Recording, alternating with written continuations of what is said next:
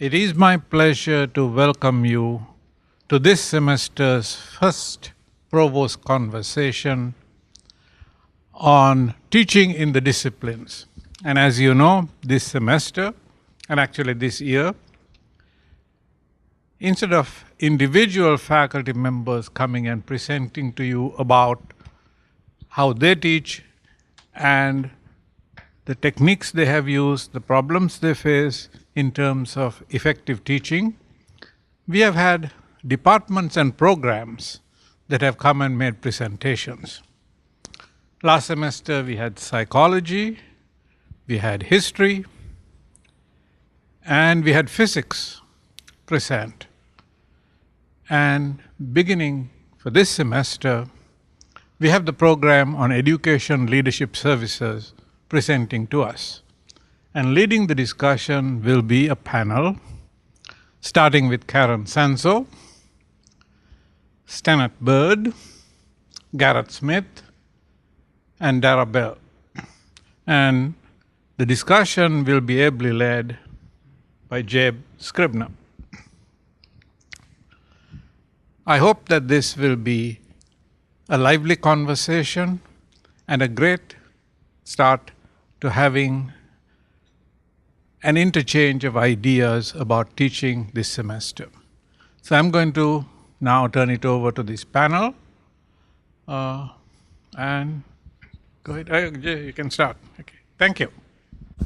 I'm Jay Scribner. I'm Department Chair of Educational Foundations and Leadership. And so what we have here is a panel from one of the program areas within our department, Educational Leadership Services.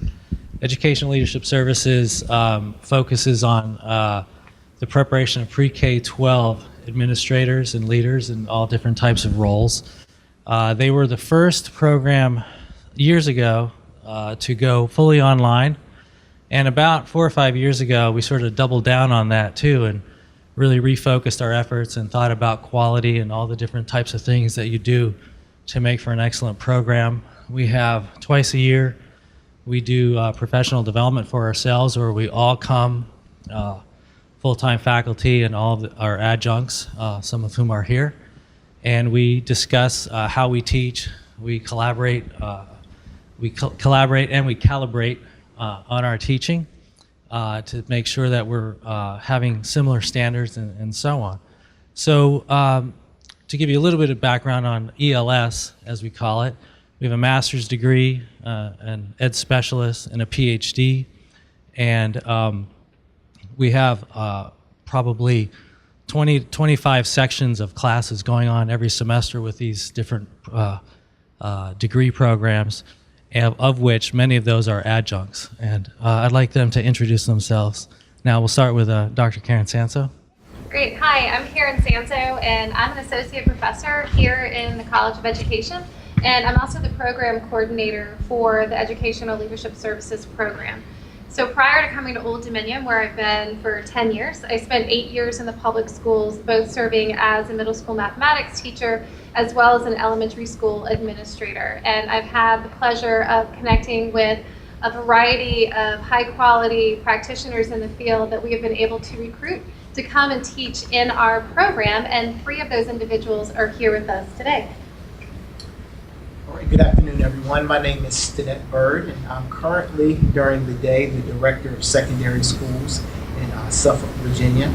I've been an adjunct professor here at ODU for about 5 years now, and I think I've taught about 6 different courses. Thank you. Good afternoon. My name is Garrett Smith. I'm currently the Executive Director for School Leadership for Newport News Public Schools. Most of my work is with the 28 elementary schools, but again, like Dr. Bird, I work across different departments and try hard to get into the secondary schools as well because I want to get the whole big picture of what's going on. I've been teaching at ODU as an adjunct for a couple of years. I did the same work at University of Virginia for about 7 or 8 years before that. And I've been an elementary and secondary teacher and principal. My name is Dara Bell White.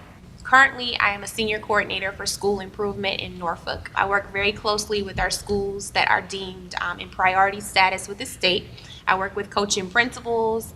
I work with helping building staff come up with different strategies and ways that we can help ourselves improve throughout the district. Prior to that, I have experience as being a classroom teacher. I had a role as building administrator, as well as working in an assessment department with one of the local school divisions. I've been here in the adjuncting, I believe, for the past 3 years now. And I do have to mention that I'm a 3-time graduate of Old Dominion in this program. So I know that it's a wonderful program and that I truly believe in what we're doing because it works.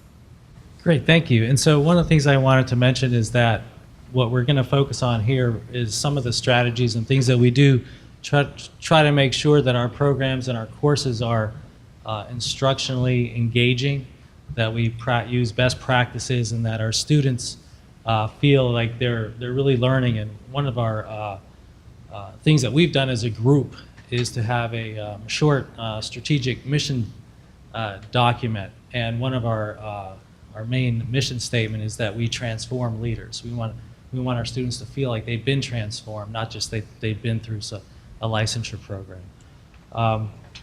So with that, I'm going to, and I wanted to also add, I'm not exactly sure everybody's experience here in the audience with online. What we do with online is it's completely face-to-face, live, real-time, using Adobe Connect.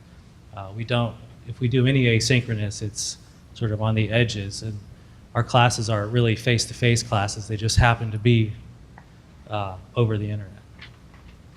So what I'd like to do is ask the panel some questions, and I'd like them to chime in and kind of add and elaborate to each other's response, and we'll see where that goes after 3 or 4 questions or so, and hopefully we'll have time to open it for questions in the audience. One of the first things we wanted to explore is you always get this pushback sometimes, or this apprehension and anxiety about teaching online, especially if it's live and face-to-face. And some of that pushback is the belief that the quality could not possibly be as good as a real face-to-face interaction like we're having here. So first question would be, I'll pose this to Dr. Bird. How do you overcome the perceived limitations of being in an online environment versus a face-to-face environment? Right. Prior to working at ODU, my experience with an online class was an exchange of ideas and concepts electronically. I knew my class was going to be live and I would be able to see the students, but that first class that I taught was a real eye-opener. I looked down at my screen and I could see these students looking back at me.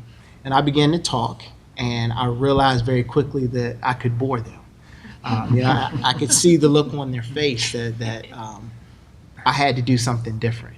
But I also realized that I could make them laugh, and I also realized that I could make them care about the information that I was going to share with them. And so I had to, rethink my entire approach from just sharing a PowerPoint and talking through some key points that I wanted to get across, and I had to get them interacting with each other.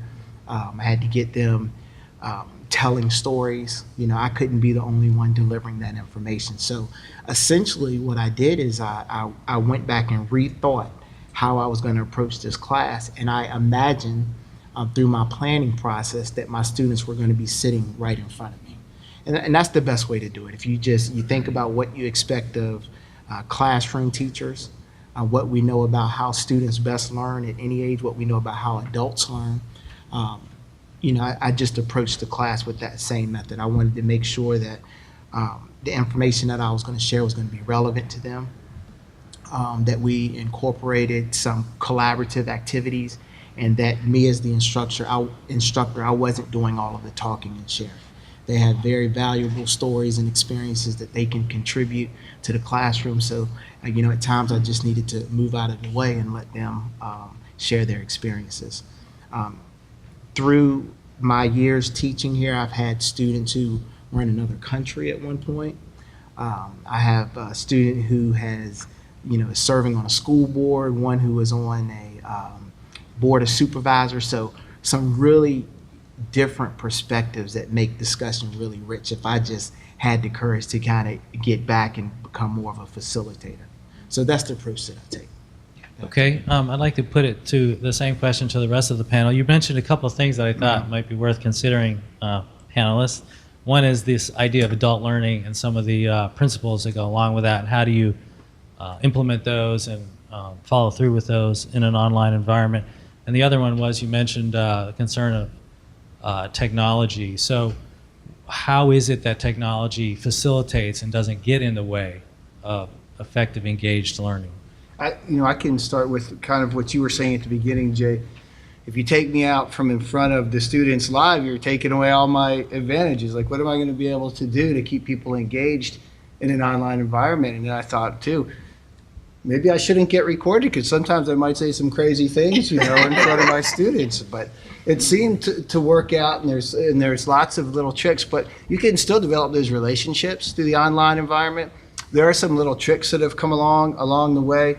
We're all trained as teachers, as classroom teachers originally.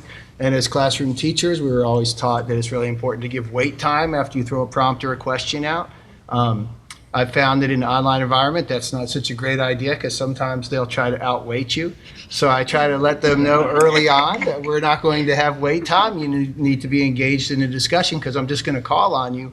And I think it's a lot more lively that way and entertaining. And, maybe a little bit of pressure, but that's okay. A little bit of pressure is okay. It helps people learn better, and it kind of expands their horizons. So that's one of the small lessons that I learned. And then, working with Dr. Bird and Dr. Bell and collaborating on classes, the group work is really important too. And we teach leadership. And so one of the little tricks that I picked up from working with them is when we put people in groups, we always appoint a facilitator or a leader.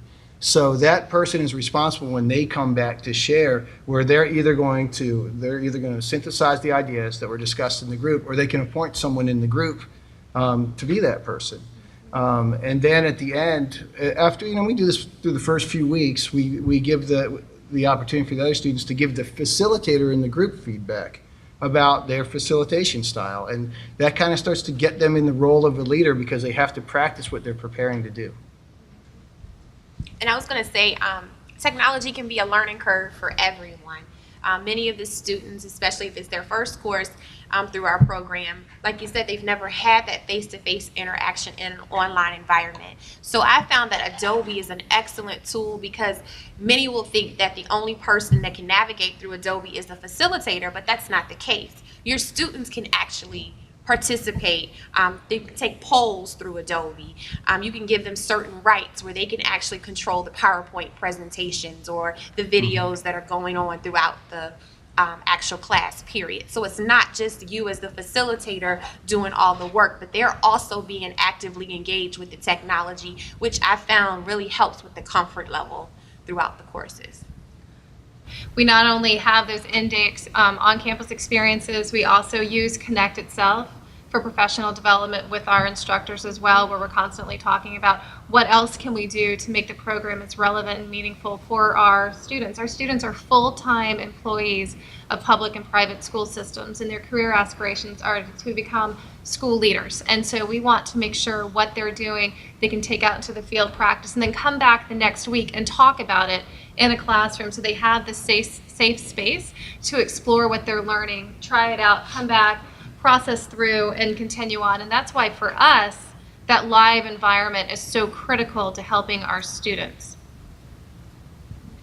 Okay, I guess one of the things I wanted to add, if I could be a panelist as well, is that we have very strict kind of guidelines in a sense that in order to maintain quality, we have a protocol of basically etiquette for being in the online classroom.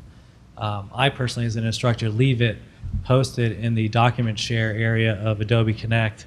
And we have things as simple as you need to be sitting in a professional environment, at a desk, even if it's at your house, it's a home office, you're not sitting on a couch in your bed. Because it is online, you could be anywhere. I mean, we've been at conferences. As instructors now, we can't say I'm at a conference, no class this week. You teach from your hotel room. So no other people in the background, and I know I am, and I know others as well are strict in that I will shut somebody's camera off and to send them a private message and say your behavior is inappropriate for a professional environment, classroom, when you're ready, chime back in. So, but I think that means it sets a bar, it sets a culture for that this is an important learning environment. I'd like to ask the group. I lost my question here. If you could give some specifics about how you approach lesson planning for your sessions, because it is somewhat different than a face-to-face. So maybe I'll start with Dr. Sanzo. Sure. Well, I think about what would it be in a face-to-face where we were live. And so I treat my online environment just as I treat that face-to-face, and that's how I plan. I do a lot of storyboarding. So I actually have a couple different documents that I use. I have a public agenda that I will eventually disseminate to students, and so that's the guide. But I also have a facilitator's version of my agenda. And so I'll have two columns for the students, one that's time-stamped. And I always tell my students it's just a suggestion, and if we go off in a teachable moment, we may not always follow exactly the timestamp, but they at least know the path that we're going for the evening. And so I timestamp it. I have the objectives and activities. Sometimes on the agenda itself, I will list out specific directions for the activities. Other times I'll load it onto the Connect version itself, just in case I want some anticipation of the activity. But then I also have the instructor version as well, and these are the notes that I have to myself. And I'll do this in a face-to-face or an online class, but I will say I think it requires a lot more planning time in the Adobe Connect environment, because you need to make sure that all of your materials are prepared in advance. And so I'll have those talking points to myself. In the instructor notes, I'll have the types of materials. One of the things I love is that you can pull up videos, we can have PowerPoints, I can put students into small room breakouts, we can bring in guest speakers. And so I use those documents to help inform the type of activities I'm going to be doing in classes. I also always keep in mind that our adult learners need a lot of engagement. If you're talking for more than 5 or 10 minutes, you're going to lose people. And so we have a loose rule in our program that we have to have at least 2 breakouts per class period, because it's about 2 hours and 40 minutes. And so if you're just in the main room for that long, I mean, probably you all are listening to me now going, oh, we'd like to hear from someone else. It's the same type of idea, making sure that everybody is engaged. One of the things, though, with planning and Adobe Connect is it also provides you a great deal of flexibility from what you would normally do in the live face-to-face classroom. We had a very robust discussion in the summer about charter schools, which is something we really don't have in Virginia. I was able to contact someone I knew who was a principal fellow in DC, who was a charter school principal. The very next week, he was in our classroom in the Adobe Connect online environment, facilitating conversations with our students about charter schools. And so in many ways, this type of teaching environment provides us much more flexibility in planning to meet our students' needs than you do in a traditional face-to-face classroom. I'll just add that there are a couple things that Dr. Smith and I, we happen to be teaching the same course, and there are a couple things that we do each week that are kind of standards for the class. One is students are required to share a current event article. And so basically just they submit to us a summary of something that's going on, as well as the leadership implication behind that. And so, looking through those, that's one thing that I'll do is pick a couple students to share their topic. And so what's happening is we're all growing, including myself, because we're more aware of what's happening out in the world. So those things are going to happen each class. We require students to do what we call the enduring assignment, and that's just to go through their day and look through the lens of an administrator or whatever role they're aspiring to be. So they come in with stories and questions like, why did my principal do this today? What was the thought process? So we talk about those things. Other than that, I'm trying to think of things that haven't been mentioned already, but I realize that as a practitioner in the field that I bring something unique that other professors may not. And that which I bring are real life stories, something that just happened today that I have to deal with, a letter that I have to write, before that's going to have to go out tomorrow morning at 9, those kind of things. So I really like putting students in that situation and that time crunch. There's a student who is something that happens at the beginning of the school year from time to time, students get on the wrong bus or something like that. So we need to figure out what kind of response we're going to have to the community. So we have those conversations. And all of this takes maybe first 20, 30 minutes of class. From there, a lot of the things that Dr. Sanzo mentioned already, we just treat it as if everyone was coming in a face-to-face setting and build an online setting around that. Yeah, I agree that you have to mix up the activities and the assignments. So we usually plan at least 3 for each session. And like Stanette, I start with the Indian news because we think they have to be current. They have to know what's going on in their field. And we give them links and places where they can find some appropriate articles, and they need to explain why it's relevant to the learning in the class. And with the enduring assignment, like Stanette said, we're asking you to, when you leave class until you come back to the next class, to look through your leadership lens, look at the leaders that you're working with. I had some Navy nurses in my last class, 2 of them last time. So it's a little different for them than for school people, but they still have a supervisor. And they can still kind of study what they do and maybe wonder about a decision that they made or really applaud a way they reacted in a crisis situation and share that with the class. And we use a sports analogy for that. We say you can come to my class once a week and you'll get better. But the people who want to get great at what they do are going to practice every day. So this is how you practice every day. And then you come back to the class and you really start developing your skills. And to Karen's point about the ease of using the technology to load videos to keep everything in one place. I mentioned I taught for another institution as an adjunct before. I used to have this big cardboard box full of papers and books and all those things that I'd carry around with me and load up in my car and throw students' papers in there when they submitted them. And it's just so much easier now to have everything in one place and electronic. And I really don't like paper, so it helps a lot. When planning my lessons, I think about 2 things. I think about engagement and I think about relevancy. Those are 2 things that are the most important. And I want to make sure at the beginning of the course or the beginning of the class, each student understands what the objective is, they know what our plan is, but they need to know what the closure is going to be and what our next steps are going to be for the next class. I found that that's very important. And as Dr. Sanzo mentioned, we have that flexibility to bring in speakers real time from all over the country if we need to. Some practitioner that will be there to discuss the topic that's relevant that night. And I have that flexibility to line up someone for the next class session because things can change.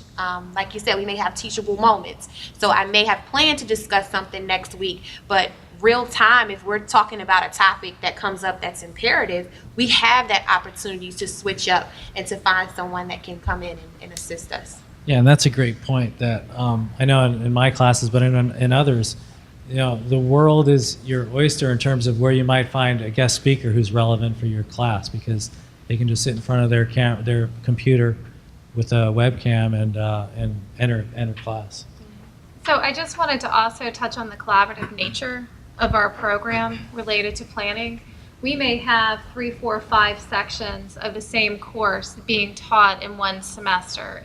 They may be cohort classes, they may be regular campus classes, but one of the things that we also do related to planning is we have collaborative planning both at the start of the semester and across the course of the semester across all of those sections. So all of the syllabi have the same template, have the same format, but it doesn't say that you cannot deviate perhaps and teach something out of sequence based upon your students and your own instructional needs. But in this way, we share our instructional strategies, and you may find that a strategy in someone's class works well for you and you want to incorporate it. Maybe it does, maybe it doesn't. I know Dr. Smith and Dr. Bird will get together on a Sunday afternoon and plan out the next class, and we do that frequently with all of our courses in the licensure program. And that way we really can meet all of our students' needs. And sometimes we may, if we have a guest speaker and we're teaching the same class on the same night, all of our students, 40 students, can come into that one Adobe Connect classroom and be able to learn from that same individual on that same night. Yeah, and like I said, I'm a department chair, so I think about department chair things. But one of the messages I think you're hearing here is that we really, in that push for quality and transformation of students, we really do try to ask ourselves what's best for students, not just what's best for us. So what you heard here is, we have maybe 4 or 5 sections of the same class in the same semester, and those syllabi look very much alike. And that probably sounds anathema to some folks in higher education, where they want to have freedom.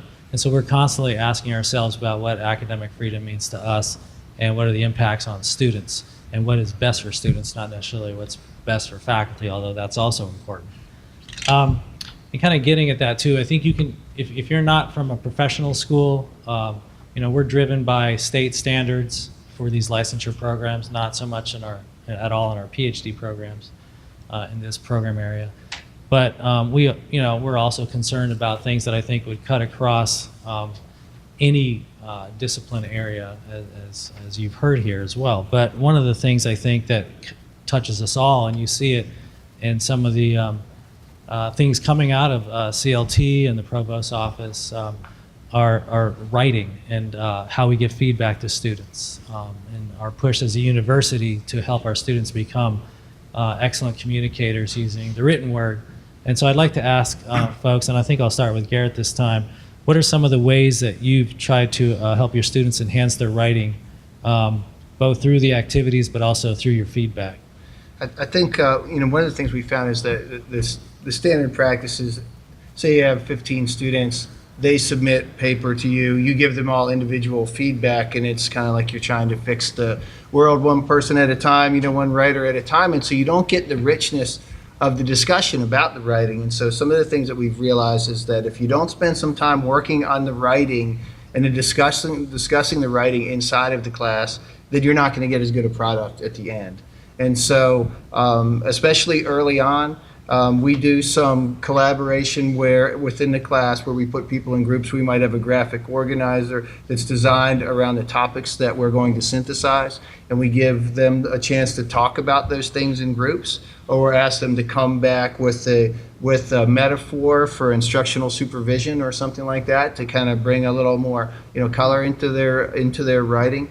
And then with the first paper especially, what we've done is, once we have them all, we pull out those pearls out of everybody's paper, because pretty much everybody has one great thought in there, and we take those and we put those into a document, and that kind of sets the standard for writing for the whole class. So we share that the next class once we've collected the writing from the first paper, and we want to say this is kind of what we're looking for in this class. This is our standard, and we design an activity around these smartest quotes that we've plucked from everybody's paper, and in that way we start to make the writing process more of a whole class activity and not just an activity between the professor and one student.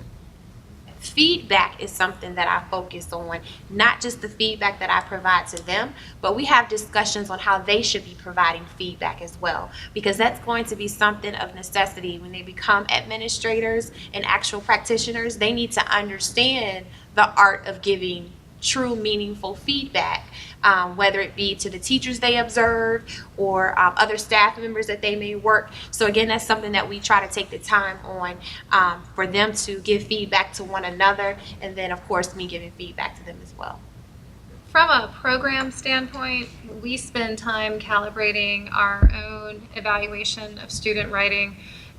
We may work individually with certain instructors who want to spend more time looking at how to help student writing. We may work in small groups. We'll get together in small learning teams to look at evaluating writing.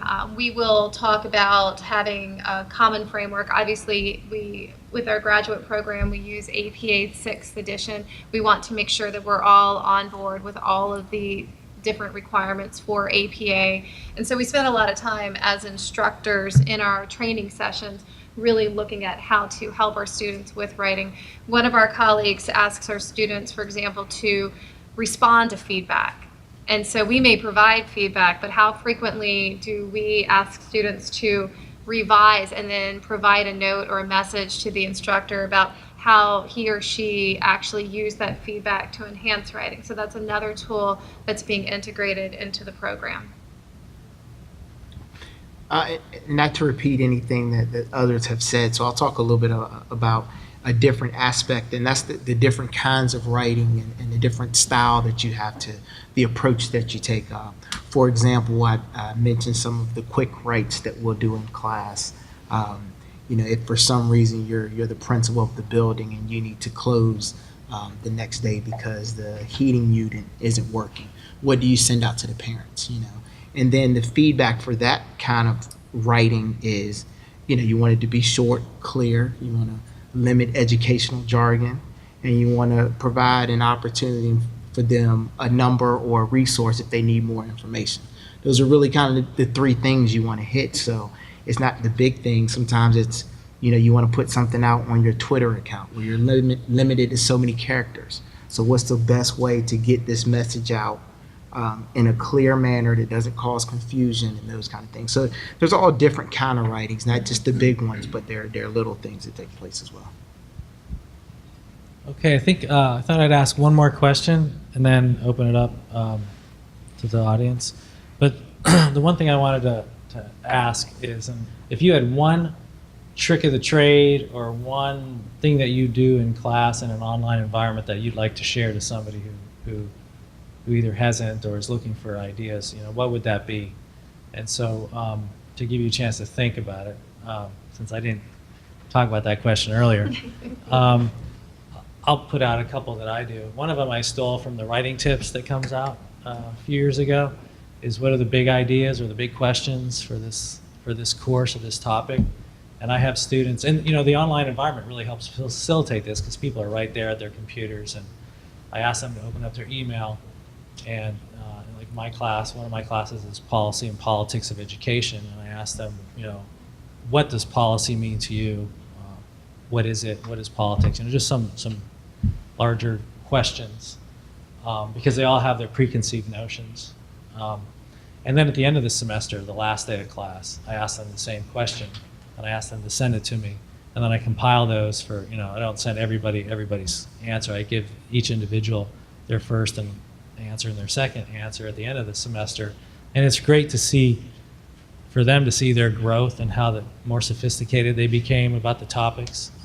It's just kind of a nice thing that they take away. As when I was a student, I think about what classes do you remember, the ones that sort of gave you things that are easily memorable, right? And the other thing I do, which is just sort of a fun thing at the end of the semester, is, and again, online tools help facilitate this, is I have the class do a Wordle of the class, and they create, they send me the all their words and different, I set up groups, and each group comes up with their own brainstorm. And then that helps me actually see what they came away with in the course. It's not scientific, but it definitely kind of pops the main ideas that they were salient to them pop, and the ones that I wanted to be salient that don't pop are a concern to me. So I make adjustments the next time. But it's also a nice little, not just a memory, but a nice synopsis of the class that they can take with them, because I'll take a screenshot of it and send it to them. So our students are very busy. They are full-time teachers, full-time instructional coaches. Some of them are teaching right up until class starts at 4:20. And frequently, our students don't have an opportunity to interact with anyone else their own age for most of the day because they're working with K-12 students. And I know sometimes when I taught before I started this activity, I would just jump right into instruction without giving people kind of that breathing time. And so I have started to work with students in classes about reflective listening and active listening, and I will go through an instructional video first, and then I'll give people the space to practice that. And then students will come in the beginning of class, and what's nice with Adobe Connect is I can load people into small groups, and so it's just one person with another person, and if you have an odd group, then maybe 3 people in a group. And I let them know we're going to practice our active listening and our reflective listening skills, and I'm going to give you X amount of minutes. Maybe it's 8 minutes, maybe it's 9 minutes, not a lot of time. And the minutes may increase after they've had an opportunity to practice. And so it gives them a breathing space to talk about their day. And I also tell them, I'm not going to come into your room and listen in on your conversations. This is a chance for you to dialogue with someone else about something that happened today. And I found that the students really appreciate that space to talk to somebody else about their day. Sometimes they'll bring the conversations into the whole group. Other times they'll just keep them there. And I've had a lot of positive feedback from students about giving them kind of that breathing time in the beginning to process through their day, transition into class, because it is related to the classwork that we're doing. Frequently, it's something of those administrative experiences that they had, and they're trying to grapple with that. How would I do it as an assistant principal? And that I've had a lot of positive feedback with that type of experience in class. I've been able to use what I call multiple discussion formats because it can be very hard to have everyone's attention at 7:10 after they've worked all day. I mean, I understand. I'm tired as well. It's hard, 7:10 in the evening. So I try to do things such as jigsaw groups. I've even had sessions where we've had what we call team debates. Break ourselves up into breakout groups and do debates. Case studies I found are very good, especially when they're relevant to the work that they're being able to do. And then one thing that I have to give credit to the adaptive schools training that I just completed recently, give everyone a role. I found that that is so important. That really promotes active participation. So, when you give breakout groups, not only do you have a facilitator, have someone that's going to keep time, have someone that's going to record, give them certain roles, and then that way you can make sure that everyone is playing an active part in the conversation. Great, thanks. Everyone does introductions, and you kind of know where they are in the program, and you have that recorded somewhere, and what their next position is that they're hoping to obtain. And so in the final analysis, we want the students from ODU to be well prepared and to get jobs. And that's how we're going to grow the ODU brand, is when they get out there and show their skill set and how smart they got in the program. So we end with a mock interview. And even though it's an online format, the students get so nervous to be in a mock interview, so I don't spring it on them until that night, and I usually try to get someone who's near the end of the program to be that person. And we've done it so many different ways. When Dr. Bird and I have taught on the same night, we've set up interview committees in each other's class, and so I've sent my candidates to his class, and he's sent his candidates to my class. So that's nobody that hopefully, or been in class with, so it's really a lot like an interview panel. And I've gotten some feedback this week from students who just recently got jobs, and I was asking them about the interview panel. They said they hated the interview panel in my class, but it actually did end up helping them because they had to be on the hot seat for a little while. So that's one we like to throw in there, at the end of every semester. In this online environment, we actually can hand select people. I can pick a specific person, drag them over to their own room. I can set up how that particular room looks like, whether they have a video in that room, whether they have a set of notes that I've put up there already, or whether it's just a blank screen for them to type on. And we can actually manipulate certain people however we want them in groups. And you press a button and they zoom off, they're gone. They don't see what the other members in the group are discussing. It's just that if it's 2 people or 3 people, it's just the 3 of them alone in their room. So I just wanted you to kind of be able to visualize that, because we've said groups a lot, but that's a very powerful one. The other thing is their apps within the Adobe program.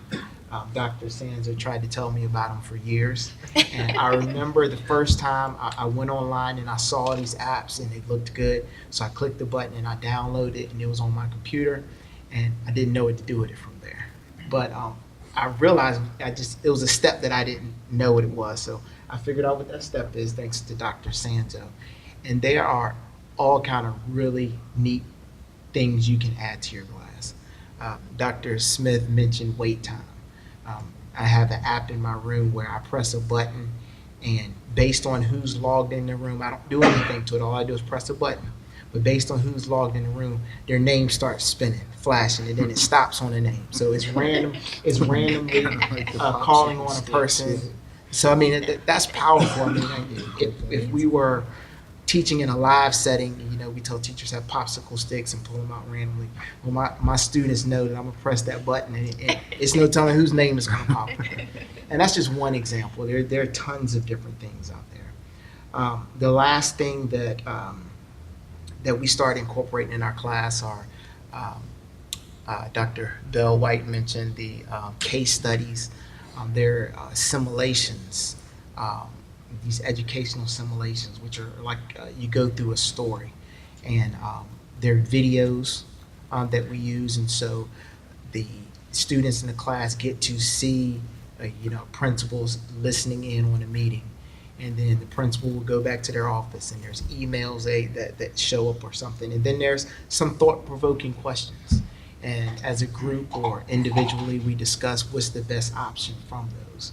So it's a little bit different from a case study in that it's interactive. If they select A, then the video takes you in a totally different direction from if you select B. So I really enjoyed incorporating those into my class. And so last thing that I'll mention is one of my pre-post assessments. So one of the things that I'll do on the first night of class is ask students to write a letter of recommendation for themselves. And we ask them to make sure that they discuss their experiences in a couple areas, usually line right off of the principal interview, that principal evaluation tool. So your ability to communicate, your ability to be an instructional leader, so on.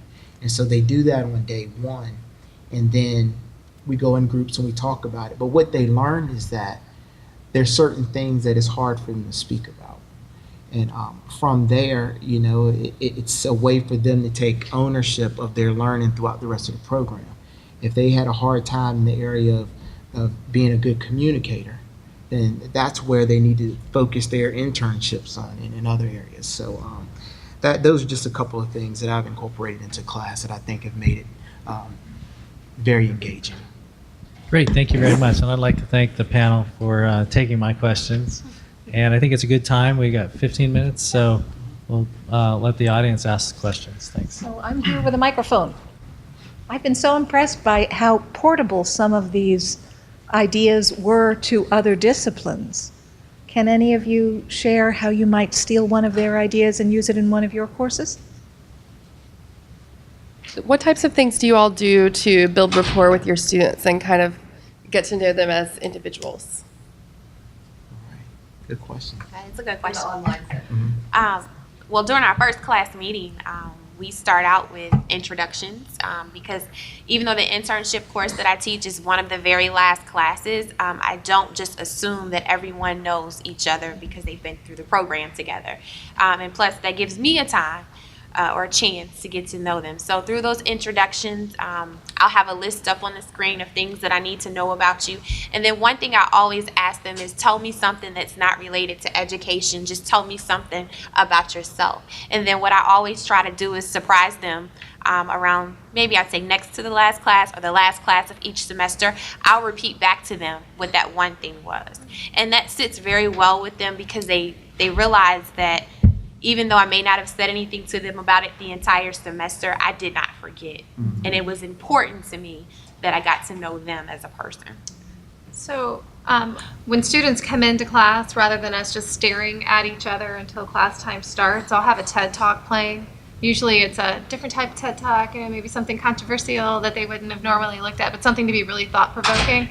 But they also know within that space, they can ask, and I can go into a small room breakout with them, and then we can have some one-on-one conversations. And they always know at the end of class, too, we can do a small room breakout. And sometimes I'll have 4 or 5 people waiting for me, and it can go on until 10:30 at night, and they're happy to have that time, so they know that they have that space. And then sometimes in our classes, the students actually do know each other, so we have a couple kind of parallel programs running. We have the traditional program that Dara mentioned where you could get to the internship, and some students are still unfamiliar with one another. But then you might have a cohort class where they've gone through 14 or 15, there are 14 or 15 of them, and they've been in class for a while. So I have them introduce each other, and they can introduce me. And then we start learning things about each other, and you become familiar, and so you continue to develop that rapport. So what have you learned about this person? What are their career aspirations? And have a conversation that way. I'd say the enduring assignment that we mentioned, where we're asking them to view their day, through the lens of an administrator, is really eye-opening. And for me, that's where I really get an opportunity to bond with students because there's something that may have happened that they don't understand, and by them not understanding that, I can kind of gauge what level of expertise and experiences they have. But sometimes it's just a matter of, a response may be, hey, go back and ask this question, or go back and do this next time, or tell the principal, hey, I'm in a leadership program and we were discussing something similar, and my professor wanted me to ask you this, so then they come back and they're reporting on it. So, but we're having one-on-one exchanges based on those conversations all the time. So, the only real limitation of the program versus the face-to-face is I have a hard time recognizing students when I see them in person. Yeah, I gotta go like this and put them in a little box, and I'm saying, oh yes, I remember. But I agree. I thought it was going to be hard to form relationships, which was, initially why I was kind of reluctant to give it a try. But it turned out to not be. And those during assignment things are really personal to people a lot of times. And to Dara's point, like, I don't know if you remember all that stuff, but I have them type in, like tonight I'm going to do that, and they're going to type in everything, and then there's a chat box, I can just copy it and paste it into a Word document, so I can cheat a little bit, and before the next class, kind of go back and review where everybody works and what they're doing, and then when I get to a situation, I can kind of throw that out there, or even really have it printed out next to me, and know those kinds of things. And I don't know, you got them all memorized? No. Okay. But I saved them so that I can make that's sure good. I Same remember. thing. Our instructional personnel that we have here, they're hiring these students. And so they not only are hiring, but some of their colleagues, their friends, their coworkers are hiring them. So we have a very vested interest, because ultimately these are the people that are serving the children in Virginia, in some cases across the nation. And so we take a lot of time to get to know these individuals, because we want these people to be serving our children to the best that they can. And so we spend a lot of time getting to know each student in the program.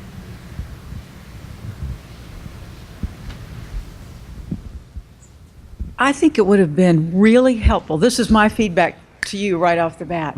It would have been fabulous if we had somehow seen you in action.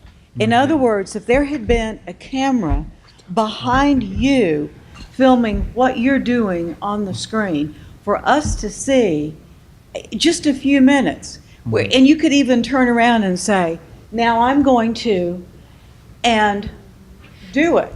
We're smiling because that we Sinette had wanted to do that. That was, Oh, yes. I think, the limitations of this in a video format. But I will say this: if any of you want to come into our classes, you are welcome. We would sit down, and the folks here at the table, they are amazing instructors, and I'm going to volunteer your classes too. We would like anybody to come in and visit our classes, talk to our students. I think it's the limitations of technology here in putting this out for video. You'd be giving us like a little appetizer. Yeah, absolutely. We would love to do that for you. And You're welcome. I mean, as you know, Yeah. you can talk, and we'll give you the time, the night, and the URL to pop into a Okay. class. You wouldn't even have to turn on a camera. You could just watch what was Oh, going thank on. heaven. We'll have students transfer from asynchronous programs in the state and across the nation. They hear about our program because they want that live touch. And so we'll tell them, and you all have let people come into your rooms. We'll give the students the links. They'll just pop in, see it, and then they're sold. They're going, this is the type of learning environment I want. But it's almost until you experience it, you're right. And that was something that you all had insisted, I think, was just the challenge of the presentation. But yeah, thank you. You could probably attach that to this. Yeah. You know, we can go back and watch these, and I'm pretty sure that you can attach that so that if we wanted to watch it later, you could have done exactly that. Yeah, we can do that. That's a good idea. Yeah. Other questions?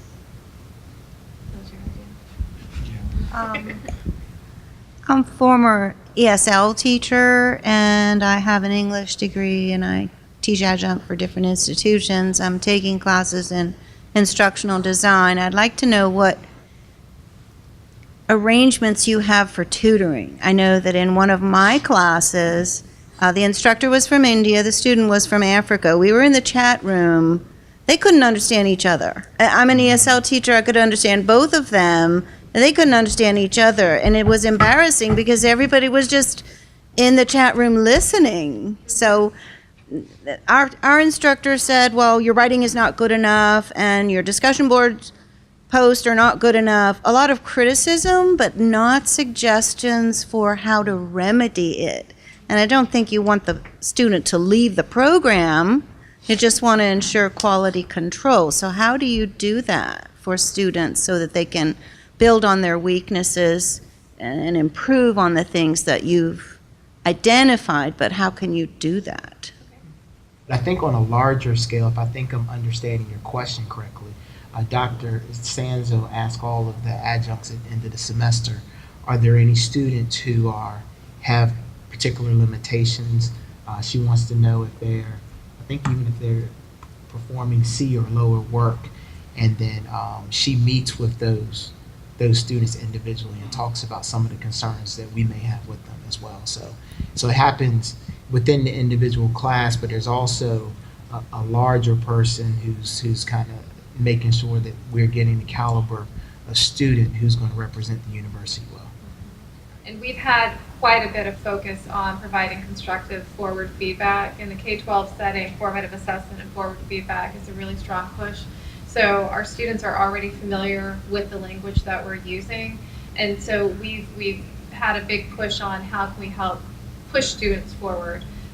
The Adobe Connect environment is nice because we can put their paper right up there on the screen and we can talk the student through. And I know some instructors will do this in class real time, have a sample paper and give feedback in class with the student's permission. But then you can also do that individually and help the student constructively build and develop.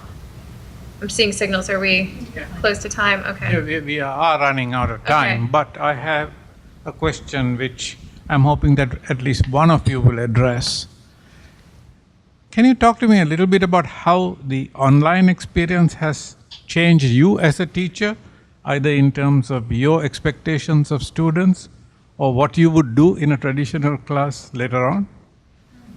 I think for me, it's forced me to be even more aware of adult learning theory and how to meet adult learning needs, especially given you can do direct instruction, you can do lecture, but that's not the way our students are going to learn best. And I found it's translated into my face-to-face teaching because I still do that occasionally. I would say it's even more engaging and more interactive and forces students to get up and move around and have those experiences that they'll need to translate into their roles as school leaders. Sometimes, you'll get a room that's just not conducive to teaching when you're in the live setting and things. So those kinds of problems, or I don't know if it's ever happened to you guys, you get there and the door's locked or something like that, and you have to find somebody to open the door for you, or you can't start class a half hour early. All those limitations are gone for me, and I think that's been very freeing. I would just add to that, I think it's made me be even more prepared for class. Even if I go off my script, I still have a pretty scripted out and lesson plan and going different ways or different options. If this happens, I'll go that way. If that happens, I'll go this way. And I think I take that back to my face-to-face more than I would have had I not taught online. Thank you very much. Thank you. Thank you. Thank you.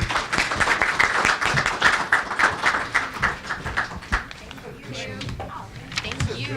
Oh, thank you.